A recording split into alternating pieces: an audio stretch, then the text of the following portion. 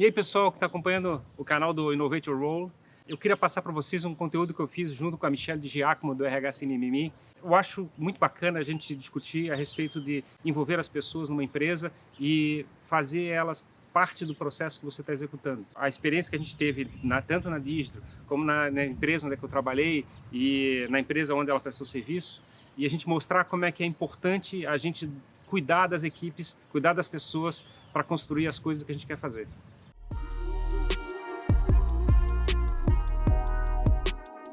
Olá, pessoal! Bem-vindos ao episódio de abertura do RH Sem Mimimi. Meu nome aqui é Fábio Ferrari, estou aqui com a Michelle de Giacomo, consultora de RH que executa mentorias para empresários, serviços de RH para startups há mais de 10 anos. Eu fiz o primeiro investimento como investidor anjo na consultoria da Michelle. Eu sempre gostei da visão de sem papas na língua do que ela tem executado nas empresas. Sempre contando a real, né? De como é que as coisas acontecem. Não é à toa agora que ela está produzindo conteúdos com o nome de RH Sem Mimimi, muito voltado para isso aí, de chegar e contar a verdade. Michelle é formada em psicologia, é pós-graduada em gestão de pessoas e também em legislação trabalhista. Depois de trabalhar na Distro por um período junto comigo, um período que a gente ficou na mesma empresa, logo foi chamada para auxiliar empresários de startups para organizar os processos de RH. E isso é um tremendo desafio, né, Michelle? Sim, estou bem feliz de estar aqui contigo, principalmente em primeira mão. E, de novo, né, obrigada por ter acreditado e investido desde lá de trás, quando o projeto não tinha nem nome, que na realidade não é nem projeto, né, acho que uma filosofia de vida, uma filosofia de atuar em RH, atuar nas empresas. A questão de ser mimimi não é só para RH, né, ela é para a vida e para a gestão como um todo, né. Eu acredito que a gente cresce muito com uma idealização de como é que é a realidade, e tanto sob o ponto de vista de empresário ou sob o ponto de vista de funcionário, a gente tem uma idealização de como é que é o mundo, e o mundo, na realidade, ele não é mais cruel ou mais bom do que a gente imagina, ele, na realidade, ele é só diferente, a gente não entende ele como é que ele é de verdade. E o fato de a gente poder contar a verdade, explicar os lados bons e o lado ruim de cada coisa, é que faz a gente evoluir e ter a maturidade de enfrentar a vida, né? Não, e a coisa de expectativa é uma merda, né? Porque tudo a gente vai frustrar. Então, não existe ideal nem no RH, nem nas empresas, muito menos na vida. E quando a gente se prepara para isso e se prepara para o imprevisto, a gente consegue lidar de uma forma melhor, né? E, normalmente, quando a gente tem perfis de pessoas sem mimimi, executores, mão na massa, que vão lá e procuram resolver as coisas, tudo flui muito melhor e as empresas crescem muito mais rápido também. Basicamente, se você contar a verdade, que aí a verdade faz as coisas ficarem mais claras para todo mundo, né? Então, você faz as pessoas evoluírem, crescerem e entenderem como é que o mundo é de verdade. E eu acho que isso faz a gente, faz as coisas caminharem de uma direção única para todo mundo, né? E essa coisa de contar a verdade é um dos primeiros valores, assim, é um dos princípios do RH ou da vida sem mimimi, na minha percepção. Do RH, com certeza, porque muita gente fala assim, mas o que é o RH sem mimimi? É um negócio que tu vai lá e dá na cara das pessoas e fala, e é grossa, e é isso e aquilo. Na verdade, não, né? Na verdade, é trabalhar em essência a transparência, o falar a verdade.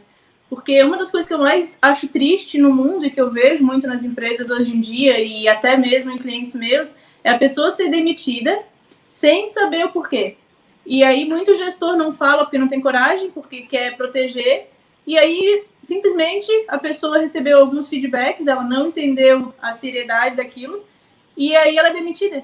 Então, assim, quando tu fala para a pessoa, a próxima conversa vai ser a tua demissão se tu não melhorar isso em 2 meses, a pessoa já vai saber. Então, ela já vai para a conversa preparada e ela vai saber que a parcela de culpa da demissão foi, tipo assim, 95%, se não 100% dela. A visão dessa questão do feedback é um problema de saber como é que as pessoas lidam, né? Tanto do seu ponto de vista de quem está empreendendo, do seu ponto de vista de ser funcionário. As pessoas não estão preparadas para escutar de forma ativa, então, mas que escuta um feedback desse tipo, ele entende assim, ele não gosta de mim. Sim, isso por 2 motivos, né? Porque as pessoas, principalmente essa geração agora, é uma geração que a gente já apelidou de geração mimimi, né? Tem muito vídeo até de filósofos falando sobre isso. E é uma geração que realmente tá numa outra vibe que a nossa, né? A minha geração é a geração Y. E ela já é meio assim. Agora, as gerações mais recentes são pessoas mais mimadas mesmo. Então, falar a verdade para elas dói. E na minha época, em épocas anteriores, os pais costumavam fazer muito esse trabalho de educação, que nessa geração ele está sendo terceirizado para a escola, para a empresa. Então, a quantidade de pessoas sem noção mesmo, não no mau sentido, né, mas realmente não ter uma noção de mercado de trabalho, que me aparece para fazer entrevista ou que aparece nas empresas, é enorme, porque as pessoas não foram preparadas para aquilo. Dificilmente elas receberam não, dificilmente elas foram orientadas a como se portar, ao que fazer, a como até se vestir, eventualmente.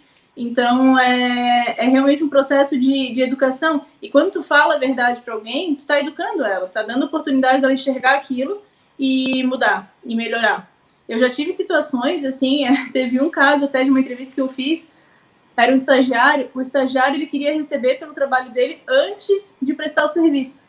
E ele não entendia a lógica de ele entrar na empresa, ser admitido, começar a estagiar e depois receber o salário, sabe? Até explicar para o ser humano, e vamos pensar uma coisa, ele não está completamente errado. Só que ele estava fora da realidade, ele estava fora da noção. Ninguém nunca falou para ele, filho, você vai numa entrevista de emprego, vai ser assim, assim, assim. O mundo funciona assim, assim, assim. Você vai ser cobrado, você vai ter que entregar, você vai ter que estudar. Então, é uma geração muito protegida. E eu acho que através da educação a gente consegue preparar melhor para o mundo, sabe? E para o mercado de trabalho, que é o que no final das contas interessa aqui. Eu já não sei exatamente se a educação, como a gente conhece hoje, né, é uma forma de fazer esse processo de crescimento das pessoas. A gente tem visto a educação fabricando ainda mais visões romantizadas em cima das pessoas de como é que o mundo é na realidade.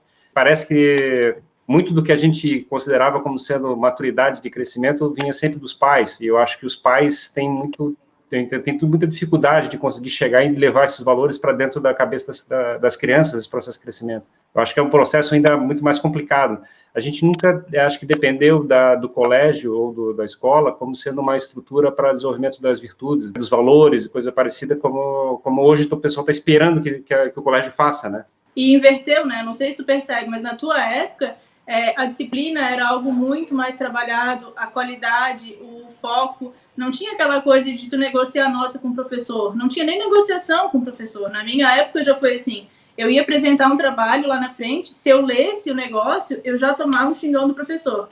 Se eu fizesse um amassozinho no trabalho, ele já mandava sentar e falar assim, refaz, literalmente, faz tudo de novo, do zero, até a parte que tá boa, e volta aqui. Então, pelo menos eu tive uma educação muito disciplinada em casa e na escola. E se eu chegasse em casa me sentindo injustiçada, meus pais falavam assim, te resolve lá, eu não vou ir lá te defender, eu não vou lá negociar nota contigo para te passar. E isso fez parte da minha essência porque era um conjunto. Hoje em dia, o que eu vejo na educação formal, né? Pais indo lá brigar com os professores, porque o professor foi muito rígido, instituição de ensino superior aprovando de qualquer jeito, só por um processo seletivo sem rigor nenhum, e aí vão tornando pessoas que, né, generalizando agora, vão ser sem rigor na vida profissional também, porque foi assim a vida inteira, né? Agora, essa questão de vestimenta, por exemplo, de entrevista, está muito menos vibrante. Mas tem empresas ainda, por exemplo, escritório de advocacia formal. A pessoa não pode chegar lá de qualquer jeito, né? E eu via pessoas indo para entrevista para vagas de advogado com uma saia mínima, com um decote enorme, como se estivesse indo para balada. Então, são coisas que, tudo bem, né? Às vezes não aprendeu em casa, não teve oportunidade, a criação era outra. Mas a gente tem internet hoje para isso, né? E hoje eu digo há muito tempo já está em alta, assim, já tem muito conteúdo acessível. Então, quando eu falo educação, eu digo educação formal, educação familiar, educação de um sistema como um todo, educação na internet, né?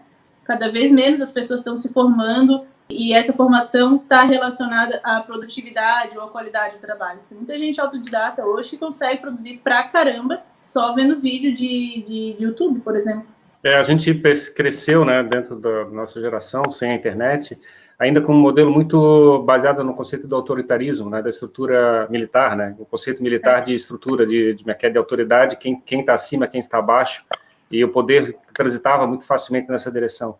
Hoje a gente está numa configuração de rede, onde as pessoas, na realidade, têm lideranças instantâneas, vamos dizer assim, elas chegam e mudam de acordo com a situação, de acordo com a qualificação e a posição, então fica muito mais fluido.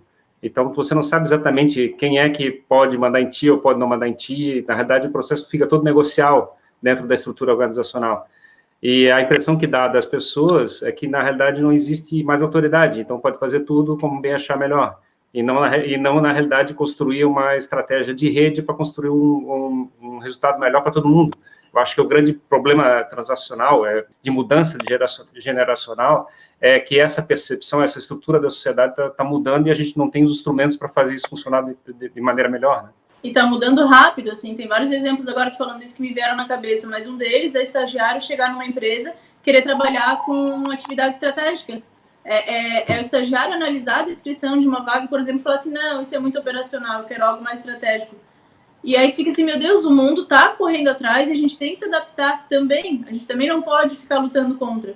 Então, quando eu digo assim que uma empresa ela precisa ser sem mimimi, ter um RH sem mimimi, por exemplo, não ficar lutando contra aquele estagiário que é bom e tem potencial e quer fazer outras atividades por ele ser estagiário.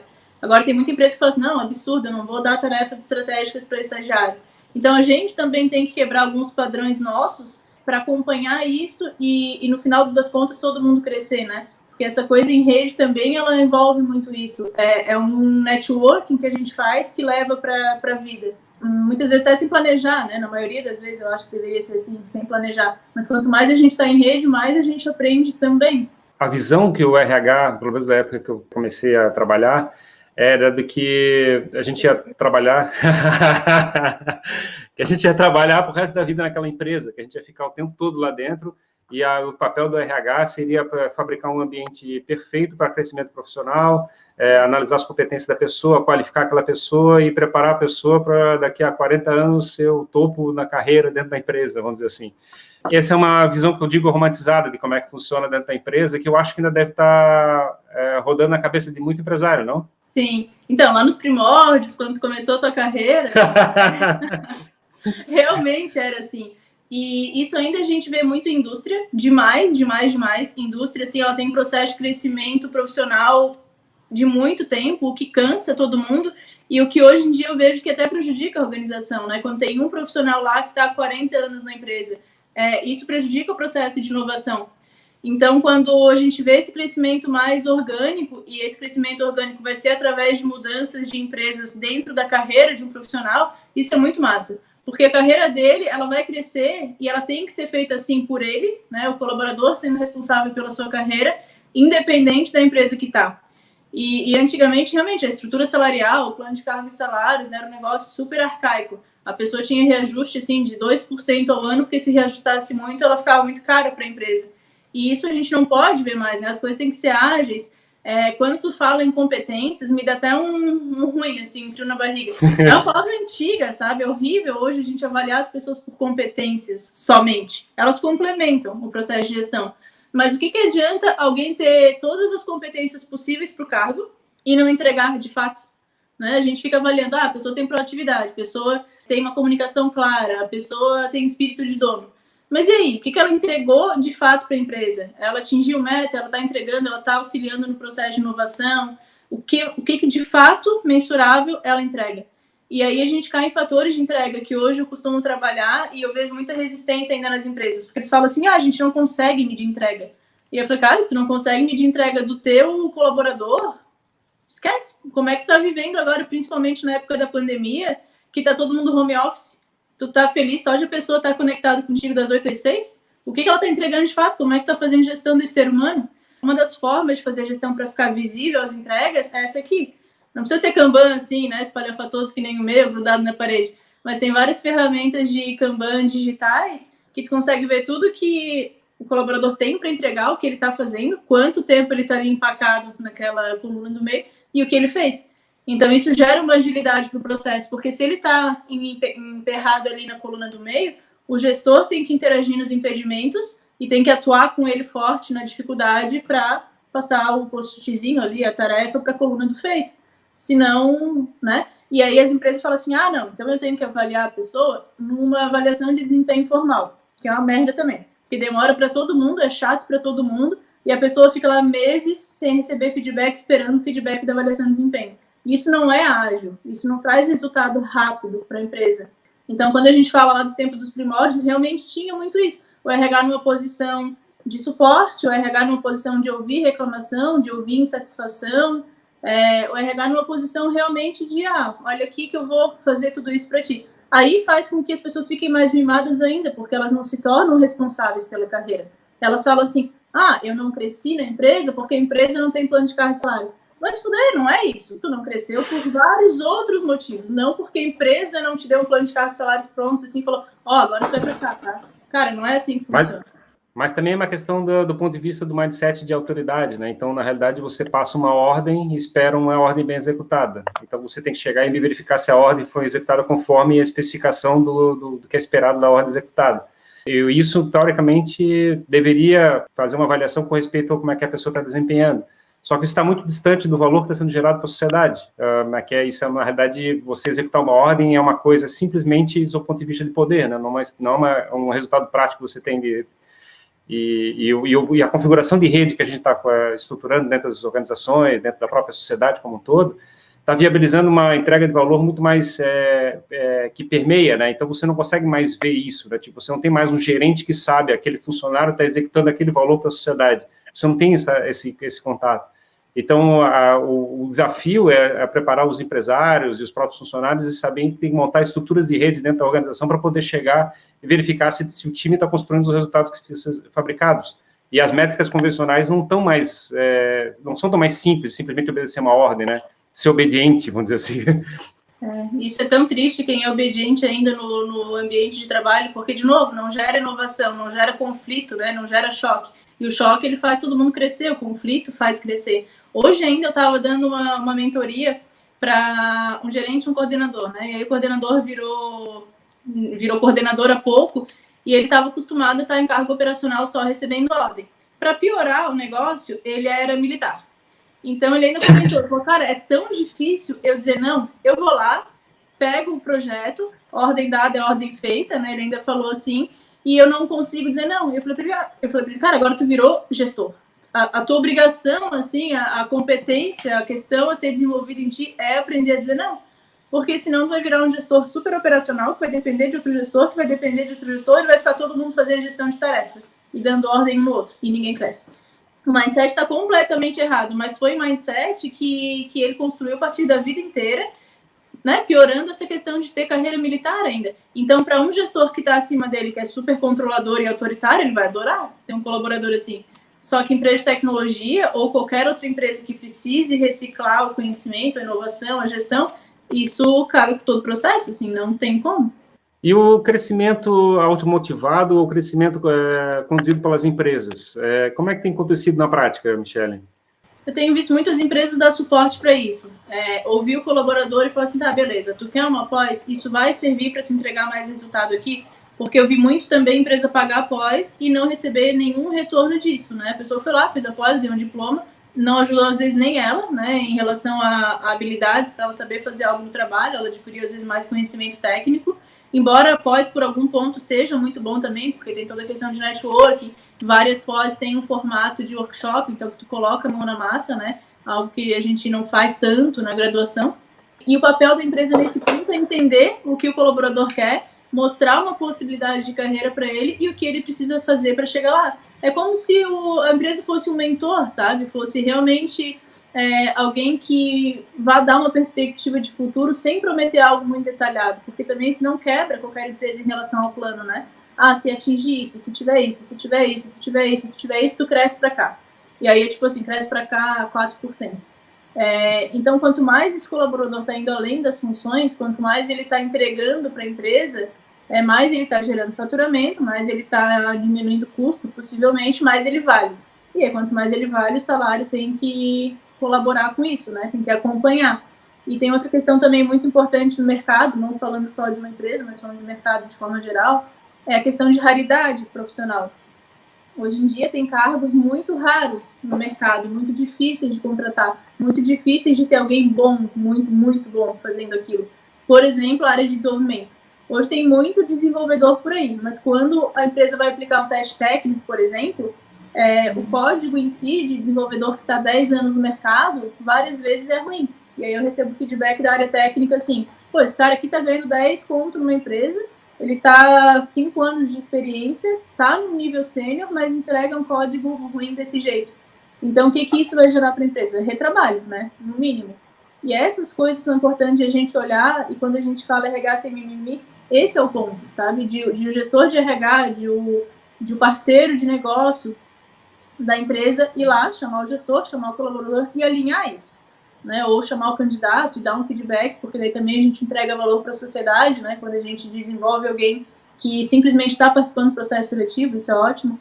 Então, nessa questão de gerar valor para a sociedade, tem várias formas, né? Mas, resumindo, seria dê suporte para o seu colaborador, não faça por ele. A pior coisa é ajudar alguém que não quer ser ajudado. Isso acontece demais na empresa. A gente paga coisa que não precisaria pagar, a gente mima as pessoas, a gente dá feedback sem elas quererem ouvir, e a gente está fazendo por elas. Isso não funciona nunca, né? Em lugar nenhum. A proatividade do próprio funcionário buscar o crescimento dele que é uma coisa que tu tens observado ou tem uma coisa que ainda está rara? Não, é bem raro, é bem raro. E é o tipo de profissional que chama atenção. Hoje, de novo, né, eu estava fazendo a mentoria com outro gestor e ele contando tudo que ele já tinha feito, assim, e eu tô na 5ª mentoria com ele, no processo de 10 que a gente fechou. Cara, ele tá assim, ó, voando. Mas por quê? Porque eu falo um negócio, ele já conecta com o outro, ele já busca informação na internet, ele já faz um bench, ele já pede mentoria para outra pessoa que conversou com ele, e tem tanta coisa acessível e gratuita. O próprio processo de mentoria, por si só, com um profissional mais experiente, com mais experiência de vida e de mercado, ele pode, e muita gente gosta que ele seja feito de forma gratuita. Então, olha a quantidade de coisa que tem ao redor, que o profissional precisa ter única e exclusivamente proatividade para conseguir, sabe, para ganhar. Cara, a gente não está falando de competência nenhuma mais, a gente está falando só de produtividade, que é ele se jogar e pedir ajuda. É basicamente isso que a gente vê na empresa. E aí tem muita pessoa que sai da empresa e fala assim, eu nunca recebi um feedback. E aí eu falo, tu pediu? Tu foi atrás do teu gestor? Não, eu não vou. É dever dele vir falar comigo. Com 580 coisas acontecendo ao redor dele, a pessoa não vai chamar o ser humano e falar assim, vem cá que agora eu vou te dar o feedback. É curioso que o processo de você crescimento, de você chegar a ajustar teu mindset, de aprender uma nova disciplina, uma nova matéria, um determinado assunto, uma nova técnica, está cada vez mais barato, né, do ponto de vista de achar informação. E está ficando cada vez mais difícil, na realidade, arranjar a motivação correta para fazer as coisas.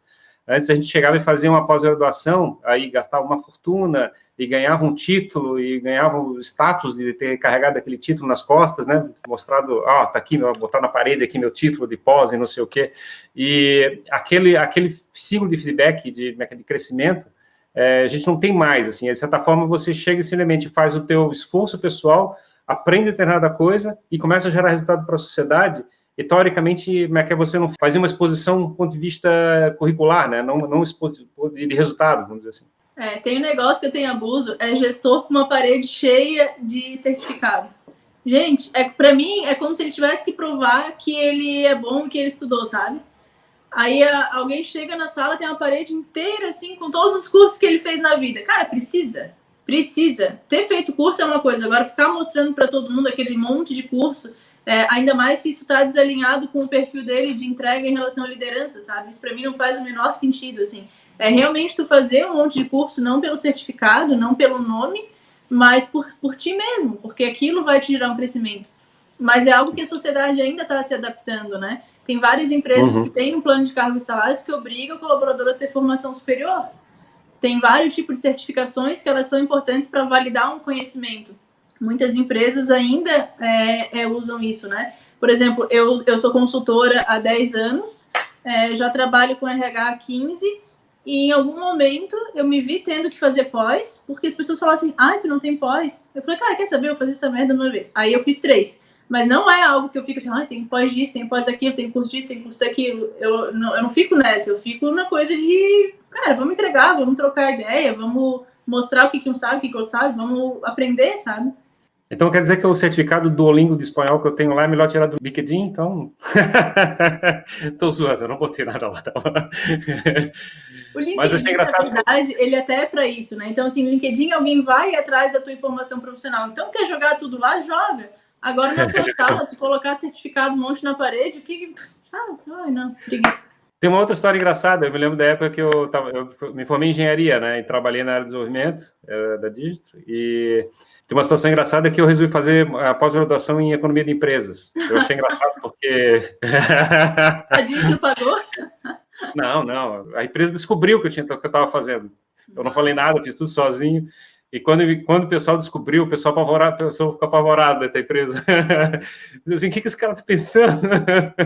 Por que ele está fazendo isso, né? Qual é a motivação? Ele vai ganhar mais? Então, aquele mindset de órgão público, né? Eu vou fazer uma pós-graduação porque vai impactar em 20% no meu salário.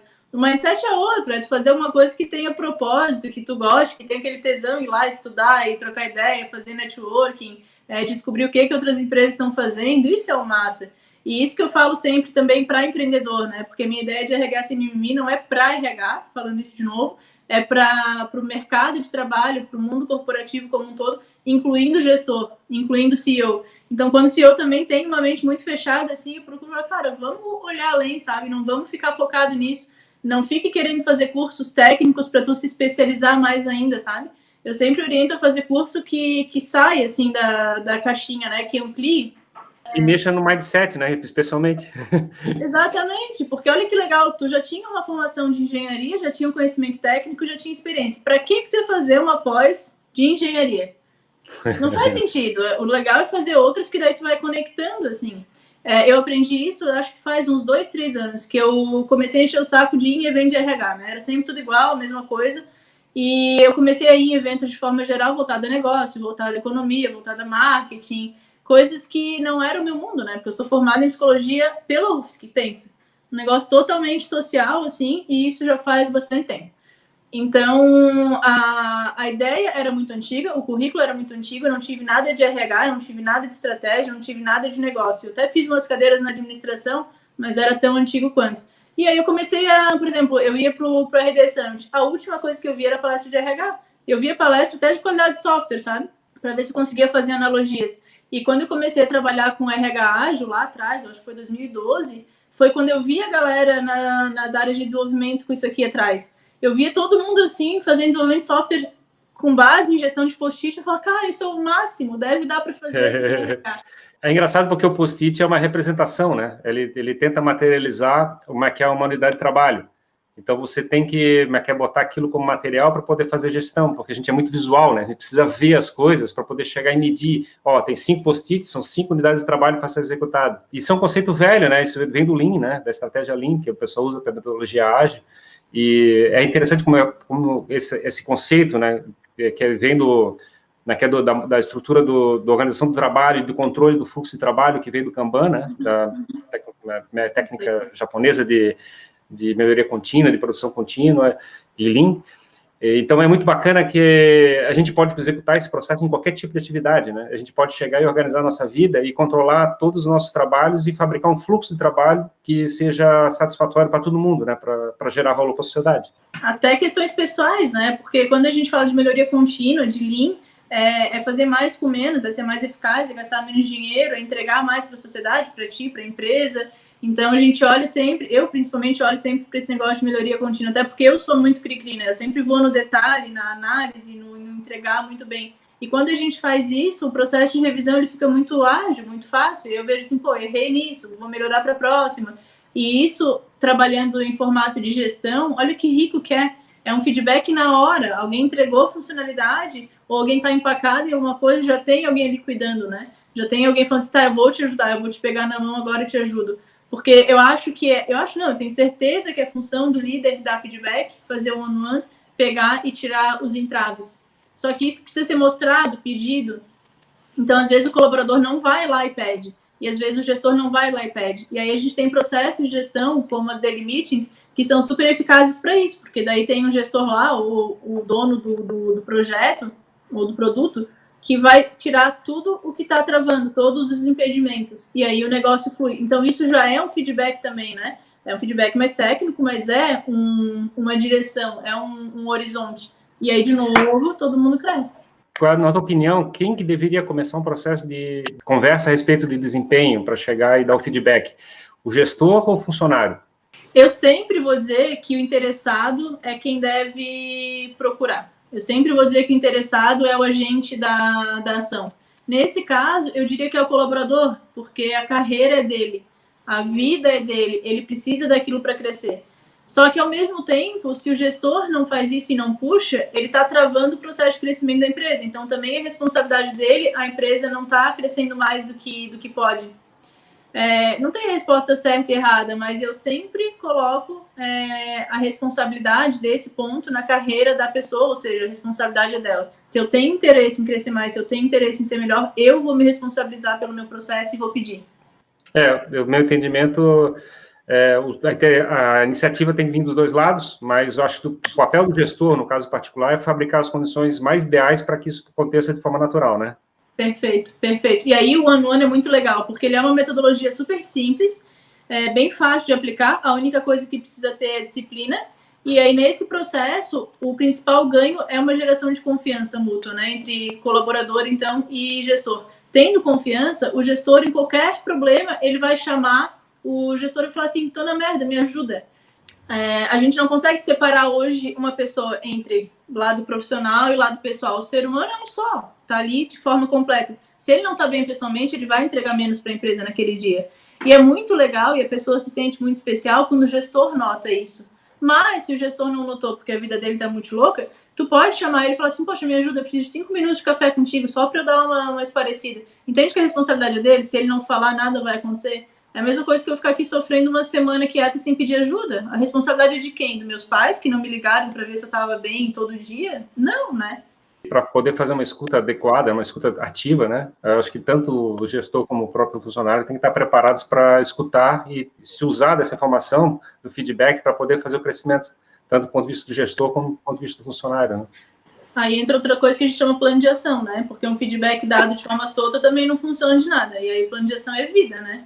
O que adianta tu saber o que precisa melhorar, mas não criar nada com isso? Não estruturar, não planejar ser melhor.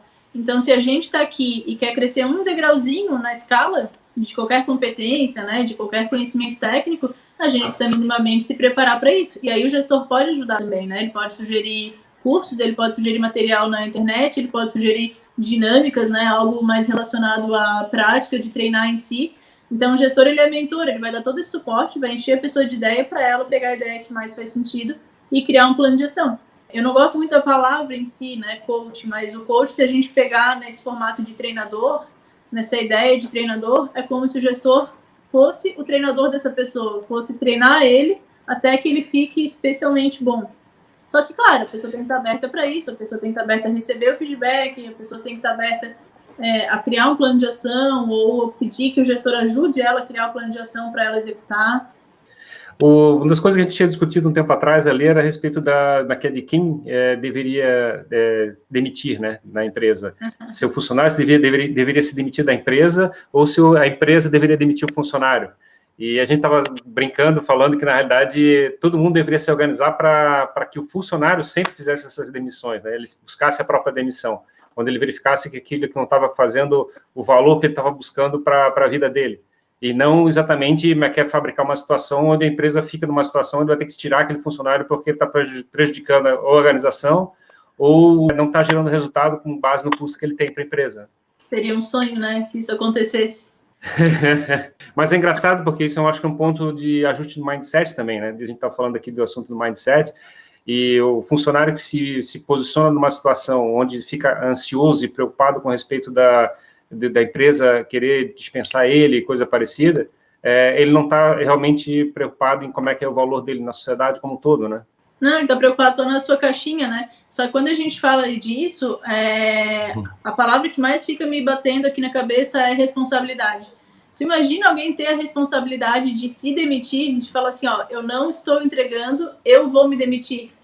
Normalmente acontece, né, no máximo, assim, acontece de, eu não estou entregando, eu vou fazer com que a empresa me demita, eu vou pedir para ser demitido, porque eu quero meus direitos. Nossa, não tem coisa que eu odeio mais do que ouvir isso. Mas a questão é, eu sempre falo que não é a empresa que demite o colaborador, mesmo quando é de fato, né, quando na papelada é de fato. Aquele colaborador, ele fez coisas para ser demitido, ou ele deixou de fazer coisas para ser demitido. E quando isso acontece, não resta outra coisa para a empresa, a não ser dar feedback, tentar desenvolver, dar feedback de novo, até que uma hora cansa, até que uma hora ele precisa ser mandado embora, porque vai ser melhor para as duas partes. Ele na empresa está se travando e está travando o desenvolvimento da empresa. Então, em algum momento, né, alguém com uma consciência mais sã vai falar, não, deu, basta. E isso não é não acreditar nas pessoas, né? Isso é, de novo, fazer uma gestão sem mimimi, fazer uma gestão clara, que tu chame a pessoa e fale assim, olha, eu não te vejo mais contribuindo para cá. Como que tu pode contribuir mais ainda? Eu posso, como gestor, te ajudar? E aí, se couber, beleza, a gente tenta de novo, né? Eu não acho legal desistir das pessoas rápido, mas eu também não gosto de demorar em um processo que a pessoa não quer ver, que a pessoa não quer melhorar, porque daí não vai para frente.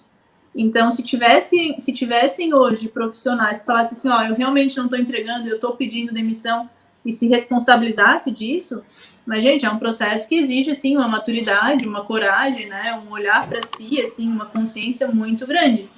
Não vou dizer que eu nunca vi, já vi sim, mas é bem raro. E o ponto, acho, desse mindset é que você, na realidade, você está pensando na sua vida, né? Digamos, essa empresa talvez me levou até esse patamar. Para eu chegar e crescer na minha carreira em outra direção, eu vou ter que estar trabalhando em outro lugar. Então, na realidade, você tem que sempre pensar do ponto de vista de como é que você gera mais valor para a sociedade como um todo de novo, né? Que é através dessa empresa, através daquela outra empresa, como é que é os meus sonhos, meu objetivo de vida, aquilo que me dá satisfação está onde, né? Está aqui ou está lá, eu preciso chegar e ir para lá, eu tenho que mudar de cidade, eu tenho que mudar de empresa, eu tenho que mudar de vida, o que seja. Né? Tu fala bastante dessa ideia do colaborador pensar em gerar valor para a sociedade, né? Mas eu acho muito legal essa ideia, eu não vejo em lugar nenhum, quase.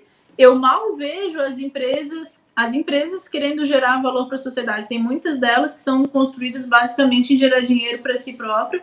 Eu acho que a maioria delas nem se liga da questão da razão social, né? De existir uma razão social daquilo, para que a empresa faz, qual é o seu propósito. Essa questão de propósito já existe há 300 mil anos. Tem aquele vídeo lá do Golden Circle. Cara, aquilo já tem quanto tempo?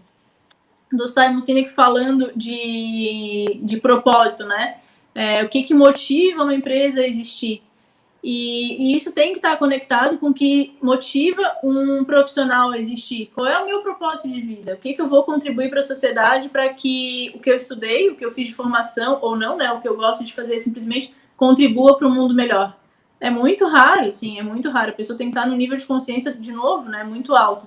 Eu acho muito legal falar cada vez mais sobre isso, estimular, desenvolver, educar, mas realmente, assim, é triste a realidade que hoje eu nunca vi profissional nenhum falar assim, a minha contribuição para a sociedade é tal. Mas, assim, é uma coisa meio trivial, né? Você chegar assim, eu quero dinheiro para comprar um carro, para comprar uma casa e coisa parecida. Aí tu tens um carro e uma casa, e agora? Aí tu olha assim, tá, mas que valor eu estou gerando para a sociedade? Quer dizer assim, como é que eu estou satisfeito comigo mesmo?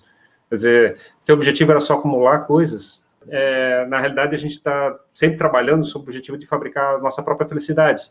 E não tem uma outra fonte mais relevante de felicidade do que ajudar as outras pessoas, né? De chegar e fabricar uma sociedade melhor, fabricando as pessoas em volta de você, ter uma vida melhor, gerando valor, né? Construindo coisas, produtos, negócios. Mas que o padeiro está lá fazendo pão, né? Mas que ele chega e quer produzir um pão que seja bom e que a pessoa fique feliz de estar consumindo aquele pão, né? Mas que se o cara comprasse o pão e jogasse o pão no chão na hora e comprasse, o padeiro ia ficar brabo, porque ele está entendendo assim, aquele valor que ele está entregando não é para ser jogado no chão. Depende tanto, assim, vamos pegar o caso da Domino's. A Domino's lá atrás estava se fudendo para a qualidade das pizzas. Aí viu que não estava vendendo, que estava antigo, que estava perdendo mercado, o que eles fizeram? Fizeram um estudo lá gigante, viram que o segredo estava no molho de tomate, melhorar o molho de tomate e outras questões lá de experiência. Depois passou, aparentemente, né, por um mindset de que, cara, agora eu me preocupo com a qualidade do produto, porque eu quero entregar alguma coisa diferente, e eles começaram a vender essa ideia. E aí começou realmente a dar mais retorno. Agora, eu vou te dizer que tem muito empresário que não quer saber de felicidade, nem dos colaboradores, nem a sua mesma, nem da empresa, que só quer dinheiro e que nem pensa nessa questão de felicidade. E não são raras as pessoas, tanto é que a psicologia clínica está aí para dizer, né, a quantidade de pessoas que está cada vez mais buscando ajuda, as pessoas não sabem onde elas estão, não sabem para onde elas querem ir, não conseguem medir a sua felicidade, não conseguem projetar uma felicidade, e isso vai influenciar de novo, né, no crescimento da empresa ou na falta de retorno para a sociedade. Porque eu concordo contigo, poxa, eu quero fazer algo que me dê felicidade, eu quero construir algo que eu consiga ajudar as outras pessoas. Eu, Michelle, ajudando as outras pessoas, eu fico muito feliz. Tu, Ferrari, também. Mas não é todo mundo que é assim. Tem gente que fica feliz em fuder com os outros, em puxar o tapete, né? Ou, tipo, usa o conceito da inveja, tipo, eu vejo aquela pessoa feliz, vou bater nele, tipo assim, tem que ficar tão triste como eu. Exato. A gente vê o que hoje nas redes sociais? Felicidade, felicidade, felicidade. Quando alguém coloca uma coisa triste, isso choca. Quando alguém compartilha uma dificuldade, Isso choca, mas olha que engraçado, ao mesmo tempo conecta. Então, a dificuldade, sim, a dor causa conexão. E isso é ótimo. Só que as empresas, as pessoas, os profissionais estão mais acostumados e estão numa zona de conforto de divulgar aparência, felicidade, conquistas. São raros os casos de empresários. Em startup está um pouco mais comum, está um pouco mais na moda. Mas são raros os casos de empresários que compartilharam, por exemplo, no LinkedIn, no Instagram, tudo que sofreu até chegar onde está, sabe? Muita gente coloca os títulos, coloca, eu ganhei GPTW aqui, eu tô ranqueado. Alguém contou o quanto se arrombou para chegar lá? Quantas empresas faliram? Eu tenho um cliente, gente, eles tiveram 17 empresas, fora as pivotagens que eles fizeram em cada empresa, até chegar na empresa atual, que eles ranquearam GPTW logo de cara. Fizeram a pesquisa e já ranquearam. Então, quando eu estava conversando com eles, eu falei, gente, agora conta para as pessoas tudo que vocês passaram para chegar aqui. A vida não é só glamour e a gente aprende mais com os erros do que com os acertos. Sobre a questão das diretorias executivas terem medo, as diretorias em geral, né, terem medo de cuidar de gente, assim, a gente fala que a área de RH fica assim, tipo, lá cuida de gente, assim, e os diretores estão preocupados em chegar e fazer a tecnologia, em fazer as vendas. Tu faz esse trabalho de tentar chegar e puxar a orelha para ver assim, tu tens um grupo de pessoas para gerar valor na sociedade. É que é mais fácil, né, se preocupar com tecnologia do que com pessoas. A tecnologia não vai emperrar tanto quanto as pessoas, né? Mas é justamente isso que eu bato na tecla. A sociedade é feita de pessoas, a tecnologia só existe por causa das pessoas, a tua empresa só existe por causa das pessoas, os teus resultados só existem por causa das pessoas, mesmo que tu seja uma empresa que constrói robô. Então, se não tiver conexão entre as pessoas, isso fica pobre, isso não fica palpável. E quando um colaborador entra para uma empresa, ele avalia quem está na empresa, ele avalia quem está dirigindo a empresa. Ele, hoje em dia, está vendo, está pesquisando quem é que está no comando. E ele vai ver se ele admira ou não aquele empresário. E muitas vezes ele admira. E aí, quando ele entra na empresa, ele fala assim, cara, o CEO passou do meu lado e não me deu nem oi. Então, assim, eu puxo a orelha demais nisso, sabe? Por coisas mínimas como essas, mas que acontecem muito. E por coisas piores ainda, como não dar feedback, como não dar uma perspectiva, como não comunicar algo, né? O que eu falei antes era sobre responsabilidade ou iniciativa, mas o gestor tem que dar feedback demais, assim. Tem cliente meu que simplesmente não conseguia conversar com as pessoas, e toda semana eu tava lá batendo, assim, batendo mesmo, né? Quase que chacoalhando. Falei, feliz? Se tu não der feedback para as pessoas, elas não vão saber como elas estão, elas vão emperrar o teu negócio. Então, tu não vai ganhar dinheiro. Então, dá feedback. Às vezes só falando assim, mas é importante demais que se entenda que as pessoas fazem a empresa. E as pessoas só vão crescer se tiver uma comunicação transparente sem mimimi. Tu não precisa xingar, tu não precisa mandar merda, tu nunca vai fazer isso, né? Aliás, só para deixar bem claro aqui, mas a pessoa precisa saber onde ela está e para onde ela vai. E aí tem muita empresa que me chama e fala assim, faz um plano de cargo e salário para minha startup. Eu falo, cara, sério? Um plano de cargo e salário para tua startup? Comunica, fala as coisas, não precisa de algo assim de esqueleto, esquematizadinho, né, numa planilha para tu conversar com a pessoa. O negócio tem que ser orgânico e raramente né? Então tem empresas assim que realmente tem diretoria mais antiga, que contrata RH e quer que o RH resolva tudo, quer que o RH dê feedback, quer que o RH faça comunicação, quer que o RH dê advertência. E tem RH que ainda se submete a isso, mas eu já estou vendo muitos que não. Eu estou vendo muitos RHs agora como parceiros de negócio, eu estou vendo muitos RHs fazerem intervenção forte em empresa, eu estou vendo muitos RHs serem cada vez mais estratégicos. E aí, quando eu falo de estratégia, não é essa coisa que a gente já está acostumado, né? Tipo assim, departamento pessoal diferente de gestão de pessoas. O departamento pessoal ele é estratégico também, porque ele envolve um ganho gigante para a empresa. Só que a gestão de pessoas ela precisa ser feita de forma estratégica, de forma orgânica, corresponsabilizando a empresa como um todo. Então, o gestor hoje, o diretor, ele é um RH, ele é um gestor de pessoas, ele tem que ser. A área de RH é talvez mais hábil, que consiga chegar e trabalhar a empresa de forma geral, seria um RH que, na verdade, é um RH que faz coach dos gestores que estão dentro da empresa, né? Que qualifica as pessoas que estão dentro da organização para que elas possam cuide realmente das pessoas, não fique voltado exatamente para o processo de departamento pessoal que a gente está falando, fique voltado em chegar e dar broncas, ordens e coisas parecidas. E esse aí é o lado que você chama de uma RH sem mimimi, né? Alguém que chega e diz assim, não, a real é essa, você tem que chegar e fazer isso. Não é para terceirizar nada, é para chegar e fazer o trabalho que tem que ser feito. É um RH que vai se preocupar mais com as pessoas do que com o processo, sabe? Porque por mais que uma empresa não tenha processo de feedback, não tenha processo de avaliação, não tenha processo nenhum, ainda assim ela é feita de pessoas. Então, uma empresa sem processo, ela consegue fazer gestão de pessoas muito bem, se ela se comunicar. Então, eu vejo muito RH hoje em dia que não fala o que tem que ser falado para o gestor, para o CEO, que tem medo de falar, que tem medo de dar feedback para o CEO. Hoje eu estava fazendo uma conversa com um RH de uma outra empresa, era uma mentoria, e ela disse que chamou o CEO e falou assim, olha, me desculpa, mas eu tenho que te falar isso, e falou assim, um monte de coisa. E ela falou, olha, desculpa, mas entre 100 pessoas eu sou uma que eu acho que te falaria isso tudo com verdade. E esse é o papel do RH, é melhorar todo mundo, inclusive o CEO. É fazer com que o CEO olhe cada vez mais para a sociedade, para as pessoas que estão ali, cada vez olhe mais para coisas que desmistifiquem, cada vez mais quebrem barreiras do tipo assim, mulher grávida tem que ser demitida depois, mulher grávida não vai produzir, tirar esses estereótipos, sabe? Eu tinha cliente há anos, né, que falava para eu não contratar gay, por exemplo. E isso existe. Agora, qual que é a função do RH nesse processo? Qual é a função social do RH nesse processo? Eu falei assim, cara, eu não vou aceitar isso. Então, eu saio dessa empresa como consultoria e tu contrata quem tu quiser, mas eu não vou conseguir lidar com isso.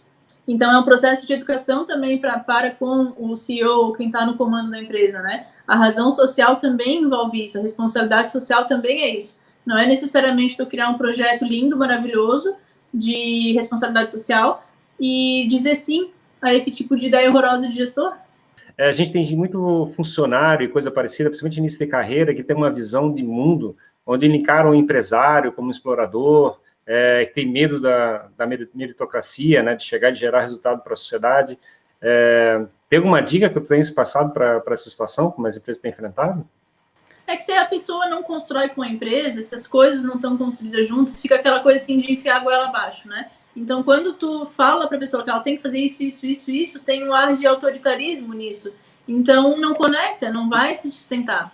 É como se, realmente, nesse caso, a empresa fosse a vilã da história. E quando a empresa traz o colaborador para o seu lado e fala, olha, a gente precisa alcançar esses resultados, a gente precisa chegar em tal lucro, em tal faturamento. Hoje em dia está cada vez mais normal a empresa compartilhar números com os colaboradores. Isso é importante para que cada colaborador veja a sua importância ali. Agora, realmente, aquela empresa que não divulga, que não mostra nada, que é autoritária, ela vai ter cada vez mais essa imagem, sabe, de ruim da história. E aí vai produzir mais vítimas, né? Vai fabricar mais gente de mimimi e vai ficar uma empresa que, sei lá, ela vai crescer dessa forma, assim, bem, bem limitada. O grande valor, entende, nesse processo, nessa situação, é você chegar e conquistar a confiança das pessoas. Com algo colaborativo, porque não basta chamar os colaboradores de colaboradores, se eles não colaboram. Então, continua chamando de funcionário, que é melhor. Né? A mesma coisa da área de RH. Tem muita gente que fala assim, eu não vou chamar a minha área de RH. Cara, antes do nome tem a ação, né? Como que tu trata as pessoas da tua empresa. Tu trata como pessoas, como seres humanos. Então, dane-se o nome da área. Não, o nome em si não é o mais importante. O mais importante é o que as pessoas fazem com isso. Se elas colaboram, naturalmente elas são colaboradoras. Agora, não é porque eu chamo uma pessoa de recurso humano e que as pessoas têm essa confusão também. Eu não estou chamando uma pessoa de recurso humano. Eu estou falando que é uma área, um setor de recursos humanos de uma forma genérica que o mundo conhece assim. Então, eu não vou ficar toda hora assim, gestão de pessoas, people experience, talent management. Eu não precisa, sabe? A questão é como que tu vai tratar o colaborador, como que tu vai fazer a gestão para que ele colabore com o teu negócio e como que vocês vão crescer juntos. Esse é o mindset. Legal. E, assim, alguma mensagem final, Michele, sobre o RH sem mimimi? É tão difícil resumir, né? É uma filosofia de vida, assim. Eu acho que a ideia é mundo sem mimimi. O RH é algo que eu faço há 15 anos, então eu faço desse meu jeito, o meu jeito já é sem mimimi, e aí eu criei uma estrutura ao meu redor para compartilhar tudo que eu já aprendi em relação a negócios, a cultura, a clima, a modo de gerir pessoas, né? De educar pessoas. Então, eu queria deixar bem clara essa ideia de RH sem mimimi para ajudar na construção de mundo mesmo, né? Não é algo de ficar apertando ferida para não levar a lugar nenhum. É algo de ficar apertando a ferida para mostrar que não tá legal aqui, que a gente tem que evoluir como mundo, sabe? como profissionais, como empresas, como sociedade. Então, o RH CMMI, ele tem essa lógica e esse objetivo. O recado é: se responsabilizem pelas suas ações, nós todos, né? Empresas, gestores, colaboradores, estudantes, sociedade como um todo. Se cada um se responsabilizar por um ato, por uma coisa, a gente vai construir uma sociedade muito melhor. Show de bola, Michele, muito obrigado. E aí, como é que faz para o pessoal acompanhar os conteúdos que a gente vai gerar aqui? Então, agora eu tô chique, né? Agora tem coisa importante. Antes eu tava mal e mal só com o Instagram. O meu Instagram é Michele de Giacomo, com 0 no final. Aí agora, então, a gente vai começar com o Spotify, né? Com um podcast que vai estar dentro do Spotify, com o YouTube, e lá vai estar RH Sem Mimimi.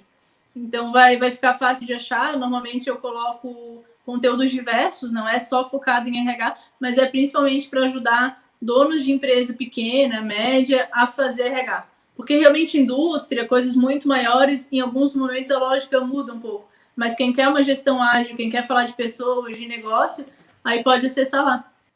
Legal, Michele. Muito obrigado, então, Michele. Vamos ver o que vai dar agora esse processo de geração de conteúdos. Bora, adorei o projeto. Bora, né? Obrigadão. Falou.